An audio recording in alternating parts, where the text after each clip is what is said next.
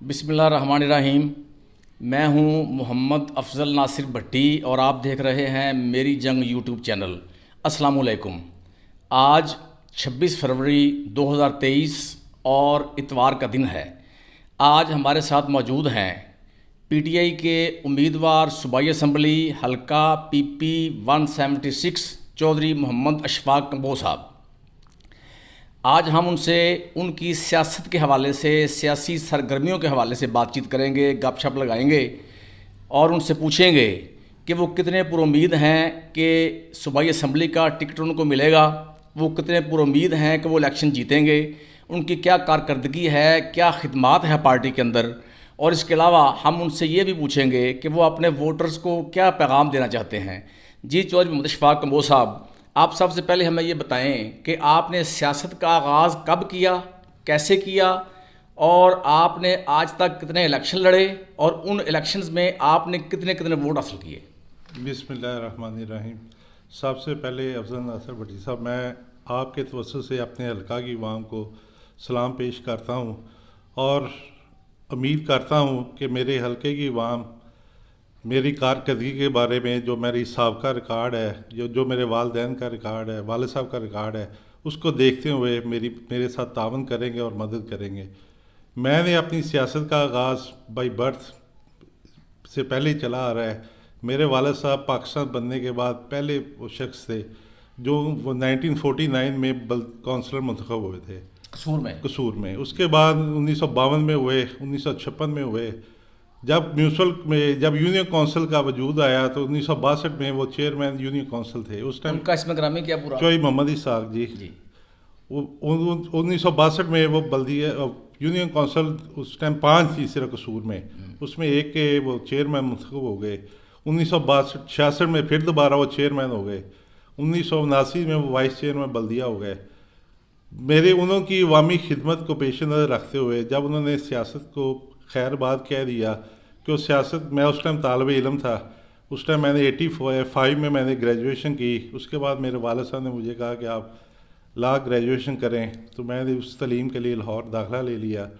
तलीम ख़त्म करने के बाद मैं अपनी एक्सपोर्ट के बिज़नेस की तरफ तवज्जो देने लग गया। तो मैंने वालिद साहब से इजाज़त ली कि जो आपका खिदमत का पेशा है, जो नबियों का पेशा है, बेसिकली सियासत नबियों का काम है, खिदमत करना, सियासत में लोगों के काम आना, इससे बड़ी इबादत ही कोई नहीं है।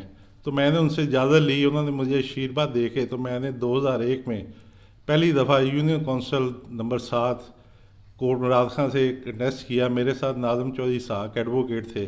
आप नायब नाज़िम थे? मैं नायब नाज़िम था और मैंने वो इलेक्शन, अल्लाह का शुक्र अदा करते हैं कि आपने वो इलेक्शन जीता। और उसके बाद मैंने साबित किया अपने हल्के की अवाम को, मैंने डिलीवर किया। मैंने अपना 2002 में रिज़ाइन से पहले अपने हल्के में तरक्याती काम इतने करवा दिए थे कि उसके बाद जो भी मेरे बाद साबका जो नाज़मीन आए या काउंसलर आए, उनको ज़रूरत नहीं पड़ी कि वो काम करवाने की। ये मेरी कारकर्दगी है। मैंने 2002 में सूबाई इलेक्शन रिज़ाइन दे के कंटेस्ट किया। जब 2002 को मैं इलेक्शन कंटेस्ट किया तो मैंने एक आज़ाद हैसियत से इलेक्शन कंटेस्ट किया था। उस टाइम मैंने एक रनर अप रहा था, जो मुज़फ़्फ़र शाह काज़मी साहब मरहूम, अल्लाह में उनको जवारे रहमत में जगह दे, उन्होंने 14,001 वोट लिए थे और मैंने 12,666 वोट लिए थे। मेरा क्लोज मार्जिन था। मेरा इस मिसहैप होने की वजह से मैं इलेक्शन जो है मैंने जेल के अंदर कंटेस्ट किया था। उसके बावजूद लोगों ने मेरे साथ मोहब्बत की। दोबारा मैंने 2008 में इलेक्शन कंटेस्ट किया, वो भी आज़ाद हैसियत से किया था। जो उस टाइम विन कैंडिडेट थे नईम सफदर साहब, उसके गालबन 23,500 वोट थे और मैंने 17,500 वोट लिया था। उसके बाद 2013 का इलेक्शन है, वो तो जुल्लू इलेक्शन था। जो रात को जो इलेक्शन हमने रिज़ल्ट कंपाइल किया तो नईम सफदर साहब का 31,000 वोट था और मेरा तकरीबन 27,000 वोट था। मगर जो सुबह जब 8 बजे तो उसका 61 हो गया और मेरा वो रनर अप में मुझे ले आए। उन्होंने मेरा रिज़ल्ट, मेरे वोट कहाँ गायब किए मुझे भी नहीं इलम है। उस टाइम का जो खान साहब की एजिटेशन है वो स्टार्ट हो गई हुई थी। तो मैं उम्मीद करता हूँ कि मेरी साबका कारकर्दगी देखते हुए अब मैं पाकिस्तान तहरीक इंसाफ की तरफ से इलेक्शन का इरादा करता हूँ और उम्मीद करता हूँ कि मेरी अवाम, मेरे दोस्त जो शहर के हैं, दोस्त अहबाब मेरे साथ तावन करेंगे और इंशाल्लाह उनको नज़र आएगा कि उनका ये भाई उनकी उम्मीदों पे पूरा उतरेगा। जी जो सब ये बताएं कि इस वक्त PP 176 में PTI के कितने उम्मीदवार हैं? PP 176 में उम्मीदवार तो डॉक्टर शफीक साहब हैं, शेख कैसर अयूब साहब हैं, एक मैं हूँ जी। हम 3 ही उम्मीदवार हैं जो हम कर रहे हैं, कंटेस्ट कर रहे हैं। तो जो भी खान साहब बेहतर जानेंगे, जिसको भी टिकट देंगे, अगर मेरे ऊपर वो शफकत करते हैं, एतमाद करते हैं, तो मैं इंशाल्लाह खान साहब का विजन को आगे लेकर चलूँगा। और उनका जो विजन है, जो उनकी कारकर्दगी है खान साहब की आप पिछला टन्योर देख लें। उन्होंने हेल्थ कार्ड की शक्ल में लोगों को एक सहूलत मैसर की। आज गरीब आदमी जो अपने 2 वक्त की रोटी के लिए आपने तरसता है, जो वो 2 वक्त की रोटी के पैसे जेब में नहीं होते, तो उसको अचानक दिल की तकलीफ़ हो जाती है या उसकी बीवी को ज़चगी का मसला बन जाता है, तो फौरी तौर पे अस्पताल जाता है। उसके ID कार्ड पे एक सहूलत जो खान साहब ने मुहैया की थी, वो जाता है, उसी टाइम इलाज करवाता है, और आते हुए वापसी में उसको जो ख़र्चा होता है आने का, वो भी मिल जाता है। उसके अलावा जब कोरोना थी, कोरोना में खान साहब ने साबित किया और पूरी दुनिया में इस काम को सराहा कि खान साहब ने 12,000 रुपया फी ख़ानदान 2 करोड़ अफराद को वो मुहैया किया। वो इतनी बड़ी चैरिटी थी जो खान साहब ने की, जिसकी वजह से कोरोना में जो मज़दूर बेरोज़गार थे, मगर उनको वो 12,000 के हिसाब से जो सहूलत मैसर आई, उसकी वजह से उन्होंने अपने बच्चों का पेट पाला। तो जो उसके अलावा आप देख लें, जो खान साहब ने ऑनलाइन सिस्टम मुतारफ़ कराया। आज आप एप्लीकेशन देते हैं वावडा की, तो आप अपने घर बैठे ही ऑनलाइन आप एप्लीकेशन जमा करवाने, आपको किसी काउंसलर की ज़रूरत नहीं पड़ती। आप जाएँ नादरा पे अपनी बुकिंग करवाएँ ऑनलाइन, आपको सहूलत मैसर आ जाती है। आप अपना ज़रूरी जो एक ज़मीन है उसका रिकॉर्ड चेक करना चाहते हैं, तो आपको ज़रूरी उसी टाइम सहूलत मैसर आ जाती है। आज हमारे माशरे का ये आलम है। आप एक हदीस पाक है कि जिसने मिलावट की हम में से नहीं। अगर हम पूरी कौम उस बात पे अमल कर लें, तो कोई बाइद नहीं है कि हम एक बेहतरीन माशरा तश्कील दे सकें। ज़हीरा अंदोज़ी को आप सरकार ने सल्लल्लाहु अलैहि वसल्लम ने मना किया है, उसके बावजूद हम ज़हीरा करते हैं। हम ज़हीरा से बचना चाहिए, मिलावट से बचना चाहिए। अच्छा जो सब ये बताएं कि आप अपनी कौन सी ऐसी अहलियत समझते हैं, काबिलियत समझते हैं, या आपकी कारकर्दगी है, या आपकी पार्टी में खिदमात हैं, जो आप समझते हैं कि जिसकी बिना पर पार्टी क़यादत आपको टिकट जारी करे, उसके बारे में बताएं। असल में जब मैंने 2018 में पार्टी को ज्वाइन किया था, उस टाइम से लेकर आज तक मैं पार्टी के साथ रहा हूँ। खान साहब की जो भी कॉल आई है, जिस टाइम भी एजिटेशन की आई है, उनके साथ अलाइंस की आई है, उन्होंने कहा कि आप मेरे साथ शिरकत करें, इस्लामाबाद पहुँचे, लाहौर पहुँचे, मैंने वो काम किया है। उसके अलावा मैंने 2002 से लेके आज तक जो मेरा डेरा है कॉलेज चौक में मौजूद है, वो आज तक बंद ही मैंने किया। वो सुबह से ओपन होता है, ईद के रोज़ भी खुला होता है। जो भी दोस्त मेरे पास आते हैं उनके मसाइल हल करवाते हैं। ये अल्लाह का शुक्र अदा करता हूँ कि मेरे पास अल्लाह किसी को बंदा वसीला बना के भेज देता है। काम करना तो अल्लाह की ज़ात में होती है। जो खान साहब है उनका भी विजन जो सीधा सीधा है कि खिदमत करें, लोगों को इंसाफ दिलवाएं। पार्टी का नाम ही इंसाफ पे मबनी है। तो जो मेरी कारकर्दगी है, जो पार्टी का, अगर मेरे पे ऊपर खान साहब इत्माद करते हैं, मुझको ये 176 का टिकट अलॉट करते हैं, तो मैं ये खान साहब को और पार्टी कसूर की अवाम को ये यकीन दिलाता हूँ कि मेरे साथ कसूर की अवाम तावन करेंगे, और खान साहब को ये यकीन दिलाता हूँ ये सीट जीत कर उनको तोहफे में दे देंगे। ये इस तरह के जो साबका इलेक्शन का 2018 में जो कसूर की अवाम ने उस टाइम भी PTI के साथ बहुत मोहब्बत की थी, मगर आज के हालात और उसके हालात में बहुत तब्दीली है। आज के हालात उस लिहाज से बहुत बहुत बेहतर है। मैं उसके बावजूद भी समझता हूँ कि शहर नून लीग का गढ़ है, मगर उस गढ़ को ख़त्म करने के लिए हमें अपनी प्यार मोहब्बत लोगों में बढ़ाना चाहिए। हमें अपने आप को पेश करना चाहिए कि ये हम हैं और ये दूसरे कैंडिडेट हैं। अगर आप समझते हैं कि शहर में जिन्होंने आज तक 1985 से लेकर आज तक जो उनकी कारकर्दगी है, और मेरा तो एक इक़्तिदार ही थोड़ा सा मिला मुझे, जो मैंने UC का नायब नाज़िम रहा हूँ, उसकी कारकर्दगी देख लें और लोगों से, मेरे हल्के की अवाम से पूछ लें UC साथ के कि मैंने कोई बेहतर काम किए हैं, तो इंशाल्लाह जब उधर किए हैं तो शहर मेरा अपना है, और जो शहर के जो बुनियादी मसाइल हैं वो इंशाल्लाह हल होंगे। और लोगों को यकीन दिलाता हूँ कि आपको एक तब्दीली नज़र आएगी जो आज तक नहीं आई। जी जैसे जैसे कि आपने अभी खुद फरमाया है कि पीपी 176 जो है ये नून लीग का गढ़ है, और ये सियासी हिस्ट्री बताती है सबका कि पूरे ज़िला के जितने भी सूबाई असम्बली के मेरा ख्याल 9 हलके हैं, उनमें सबसे ज़्यादा जो वोट बैंक मौजूद है, जो सियासी हिस्ट्री में साबित शुदा है, वो पीपी 176 है। पिछले इलेक्शन में जो हमारे पीटीआई के उम्मीदवार थे और नून लीग के उम्मीदवार उनसे 30,000 और समथिंग की लीड से जीते थे। उससे पिछली दफ़ा हम जाएं अगर 2013 में, तो वो उन्होंने नून लीग के उम्मीदवार ने 50,000 से ज़ायद की लीड दी थी मुखालिफ उम्मीदवार को। अगर आपको टिकट मिल जाता है पीटीआई का, तो क्या ये सबसे बड़ा चैलेंज नहीं होगा? और फिर अगली बात कि इतना बड़ा गैप जो है, इतना बड़ा गैप, हज़ारों का गैप, थोड़ा गैप नहीं है, ये इस गैप को आप कैसे फिल करेंगे? असल में आप 2013 का व्हाट्सएप जो इलेक्शन है वो तो इलेक्शन था ही नहीं, वो तो सिलेक्शन थी। वो मैंने पहले भी बताया कि रात 8 बजे जो रिज़ल्ट था 9 सुबह, वो 31,000 का नईम सफदर के डेरे पे और मेरे डेरे पे 31,000 समथिंग वोट नईम सफदर के थे, और मैंने 27,000 वोट उस टाइम लिए थे। मगर उसके बावजूद सुबह हुई तो वो रिजल्ट 61,000 चला गया। वो तो इलेक्शन ही, वो जिसके ऊपर दोबारा ज़िमनी इलेक्शन हुए लाहौर में, या सादिक साहब का इलेक्शन या ख्वाजा साद फ्री का इलेक्शन जो हल्के खुले, तो उसमें वाज़े नज़र आ गया कि इसमें जिन्होंने काम करना था उन्होंने अपना काम दिखाया होता। कसूर के हमने भी जो मंजूर साहब के साथ मैंने उस टाइम इलेक्शन का टेस्ट किया था, तो हमने भी एप्लीकेशन दी थी। हमारे कसूर का जो एक पोलिंग स्टेशन था बकर मंडी का, उसमें जो एमएनए के कैंडिडेट थे उनको 1360 वोट मिले हुए थे और सूबाई के 230 थे। बाकी वोट ही गैप थे कि वो किधर गए हैं। जब बैलेट पेपर मर्दों को मिलता है तो 2 ही बैलेट पेपर मिलते हैं, एक सब्ज़ था एक वाइट था। तो जब बैलेट गिनती तो उतनी होनी चाहिए थी, जब जो 1365 कौमी असम्बली के उम्मीदवारों के हैं और सूबाई के इतने कम है, तो बाकी बैलेट पेपर किधर गए? वो तो साफ साफ से सिलेक्शन हुई थी। 2000 का जो 18 का इलेक्शन है, उसमें जो खान साहब ने जब जिस बंदे को टिकट अलॉट की थी मकसूद भाई को, तो उन्होंने मेहनत की थी, मगर लोगों ने जितने भी कैंडिडेट थे उस टाइम एक ही बरादरी के थे।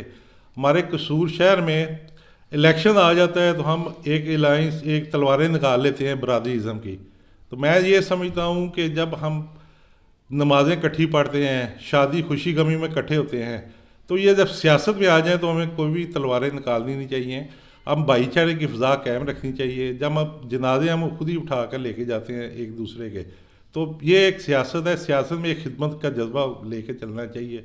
मैं उम्मीद करता हूँ कि बरादरी से निकल कर जो कसूर की अवाम है वो देखें कि क्या साबका जो उम्मीदवार है उसकी कारकर्दगी से वो मुतमिन है, क्या वो बंदा इनको शहर में नज़र आया है। अगर नज़र आया तो उसने कसूर शहर में क्या डिलीवर किया है। जो खान साहब के जो विजन है, जो उनकी मिशन है, उनको देखते हुए जो इस टाइम वोटर है हर घर में उनका वोट बोलता है जी। तो उसके बावजूद अगर मैं समझता हूँ कि 2001-2 में मैंने अगर बस 12,666 वोट लिए थे, तो उस टाइम से लेकर आज जो बच्चा उस टाइम पैदा हुआ है उसका भी वोट बन गया हुआ है। जो मेरे दोस्त बाप मेरे उस टाइम भी मेरे साथ है, आज भी अल्लाह का शुक्र है कि मेरे साथ हैं। तो आज मैं 20 से 25,000 वोट लेके खुद बैठा हूँ। जब वो मैं पार्टी के वोट में 25,000 वोट शामिल करता हूँ तो कोई बात नहीं है कि ये सीट हम विन ना कर सके। तो इंशाल्लाह मैं उम्मीद करता हूँ कि इंशाल्लाह ताला अल्लाह की ज़ात ने अगर अपना करम किया और ख़ान साहब ने एतमाद किया, अगर मुझे टिकट लाट हो गई तो इंशाल्लाह ताला ये साबित कर देंगे ये कभी नून लीग का किला था, यह पीटीआई का किला है और शहर पीटीआई का बन चुका है। और लोगों से मैं उम्मीद करता हूँ कि आज जो महंगाई की सूरत हाल है, हमारा जो ज़रई मुल्क है, ज़रई मुल्क होने के बावजूद हमारे पास आटा दस्तयाब नहीं है। कितनी शर्म की बात है कि हमारी कोई पॉलिसी नहीं है ऐसी जिसकी वजह से हम गंदम में खुद कफ़ील हो सकें। साबका दौर में हम गंदम में खुद कफ़ील थे। अब ये कैसी बदकिस्मती है कि हम ज़रई मुल्क होने के बावजूद प्याज की जो बाहर से मंगवाना पड़ता है, टमाटर बाहर से मंगवाना पड़ता है। ऐसी पॉलिसी बनानी चाहिए कि अपने मुल्क की जो पैदावार अजनास इतनी ज़्यादा हो कि हम एक्सपोर्ट करें और उससे ज़र मुबादला हासिल करें। हमारा कसूर शहर ज़रई शहर है, ये डिस्ट्रिक्ट ज़रई डिस्ट्रिक्ट है जी। तो उसके ऊपर ख़ास तौर पर अगर अल्लाह ने मौका दिया तो असम्बली में जाकर ये कोशिश करेंगे कि इस ज़िले को बेहतर से बेहतर ज़रई मामलात में आगे लेके जाएं और ये शहर एक्सपोर्टर बने ज़रई अजनास का जी। अच्छा साहब, अगर आपको अल्लाह ताला टिकट दे देता है, आप इलेक्शन कंटेस्ट करते हैं, तो एमएनए के लिए कौन सा उम्मीदवार आपके ज़हन में है कि उसको एमएनए का टिकट मिलना चाहिए? ठीक है, जितने भी उम्मीदवार कसूर शहर में देखें, नदीम रूम साहब हैं, अपना नवीद हाशिम रिजवी साहब हैं, मकसूद साबर साहब हैं, मार सलीम साहब हैं, ये सारे एन के उम्मीदवार हैं जी। तो खान साहब जिसको भी बेहतर जानेंगे ये, क्योंकि जो पार्टी का चेयरमैन है वो बेहतर जानते हैं कि किसको कंटेस्ट टिकट देना है उस कौमी का, और जिसको भी टिकट देंगे इंशाल्लाह मैं हर एक के साथ ईजीली इलेक्शन कंटेस्ट कर सकता हूँ। ये खान साहब की मर्ज़ी है जी।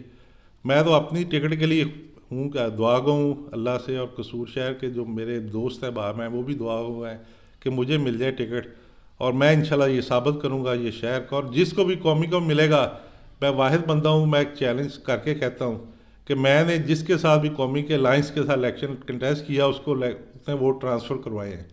मैंने 15 से 16 हज़ार जिसके साथ भी रहा हूँ उसके साथ वोट ट्रांसफ़र करवाए हैं।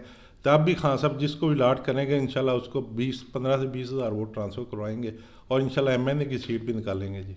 आपकी सियासी हिकमत अमली क्या होगी? मेरी हिकमत अमली वही होगी, मैं जो खान साहब का सिपाही हूँ, खान साहब के जो विजन है उसके मुताबिक जिसको भी खान साहब बेहतर समझेंगे, टिकट अगर खुदा न खास्ता मुझे नहीं मिलता, जिस मेरे भाई को भी मिलेगा उसके साथ चलूँगा, और उसको तन मन धन से कोशिश करूँगा कि वो इलेक्शन जीते, और ताकि हम कहते हैं कि शहर पीटीआई का, तो हम साबित भी करेंगे जब इकट्ठे चलेंगे इत्तेहाद में बरकत है। जब एक उंगली होती है, जो 5 उंगलियां वो एक मुक्का बन जाती है, तो हम इत्तेहाद की लामत बनेंगे। तो इंशाल्लाह ताला ये सीट कसूर शहर से जीत कर खान साहब को तोहफे में देंगे, जिसको भी खान साहब टिकट दे देंगे।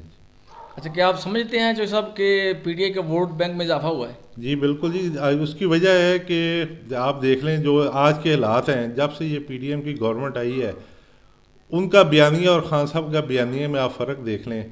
आज लोग जो गरीब जो आदमी हैं वो लाइनों में लगा आटा ले रहा है, उनको आटा दस्तयाब नहीं है। महंगाई का ये आलम है कि बंदा सुबह उठता है तो सबसे पहले देखता है कि आज मैंने अपना पैसा कमाना किधर से, मजदूर आदमी ने तो ला के बच्चों को खिलाना कहाँ से है। जो फैक्ट्री हैं वो बंद हो चुकी हैं। हमारे कसूर शहर है जो मेरा 3 इंडस्ट्रियों पर मुंसलिक है जी, ज़राई होने के अलावा एक हमारा जो लेदर इंडस्ट्री है, एक शूज़ की इंडस्ट्री है, और एक कैनवस की इंडस्ट्री है। आज ये आलम है कि कैनवस की इंडस्ट्री भी बंद हो चुकी है। शूज़ की इंडस्ट्री का इतना बुरा हाल है कि छोटी ईद से लेके आज तक दोबारा काम नहीं शुरू हुआ। जो मज़दूर है वो बेरोज़गार फिर रहे हैं। जो लेदर की इंडस्ट्री है, अब कोई उनके पास कंट्रैक्ट्स नहीं है, कोई बाहर से एक्सपोर्ट का आर्डर नहीं है, जिसकी वजह से लेदर इंडस्ट्री भी बंद है। आज जो मज़दूर है वो मालकों से जाके कहता है कि हमें पैसे दें, हमने घर पे बच्चों को पेट पालने के लिए आटा लेके जाना है, सब्ज़ी लेके जानी है। तो एक आदमी जो उसके मालिक हैं, जिस फैक्ट्री में वो काम करते हैं, वो कितनी देर किसी कफालत कर सकता है। तो हम ये मुतालबा करते हैं फौरी तौर पर अपना अदारों से और अदलिया से कि फौरी तौर पर इलेक्शन करा कर गैर मुतनाज़ा इलेक्शन करवाए जाएँ, और जिसको भी मैंडेट अवाम दे। आज अवाम का जो खान साहब का वोट है, वोटर है, वो हर घर में बोल रहा है। जो महंगाई का ये आलम है कि महंगाई ने लोगों का जीना जीलन कर दिया है। जो सफ़ेद पोश तबका है उसका इतना बुरा हाल है कि वो किसी से जाकर कोई सवाल ही नहीं कर सकता। अल्लाह हर एक को अपने इज़्ज़ो मान में रखे, और मैं उम्मीद करता हूँ कि कसूर शहर की अवाम ये साबित करेंगी कि कसूर शहर के वोटर जो हैं, वोटर सपोर्टर निकल कर खान बल्ले के निशान पर मोहर लगाएंगे, और खान साहब के जो भी खिलाड़ी होंगे उनको इलेक्शन जितवा कर तो असम्बली में भिजवाएंगे, ताकि हकीकी तौर पे इस मुल्क में को बेहतरी की सूरत निकल आए। जब जो बंदा जो भी कोरोना के हालात में, जब पूरी दुनिया में लॉकडाउन हो गया था, उस टाइम उन्होंने एक आदमी की दस्तरस के लिए कफालत प्रोग्राम शुरू किया। उन्होंने हेल्थ कार्ड का काम शुरू किया। तो वो बैद नहीं है कि वो जो बंदा अपना सारा कुछ जायदाद प्रॉपर्टी छोड़कर इस मुल्क के लिए पाकिस्तान में बैठा हुआ है।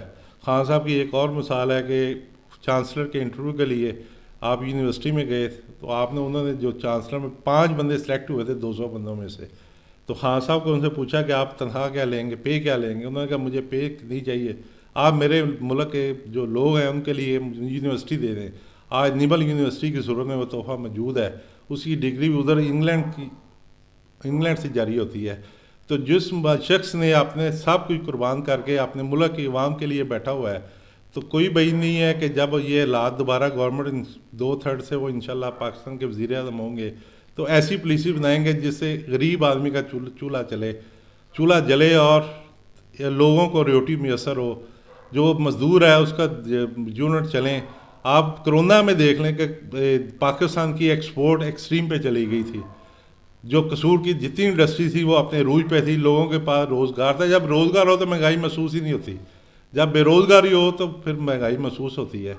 तो मैं अपने कसूर की अवाम से दरख्वास्त करता हूँ कि आप खान साहब का बल्ले के निशान को याद रखते हुए खान साहब को 2/3 अक्सरियत से पाकिस्तानी अवाम और कसूर की अवाम से ख़ास तौर पर रिक्वेस्ट करता हूँ कि आप उस जो लकीर के फ़कीर बनने की बजाय ये देखें कि वो कौन सा शख्स कौन सा मुल्क का वज़ीर बनकर ये इस काबिल है कि आप लोगों के मज़दूरों का आम आदमी का ख्याल करता है, तो उनको वोट देकर कामयाब करें।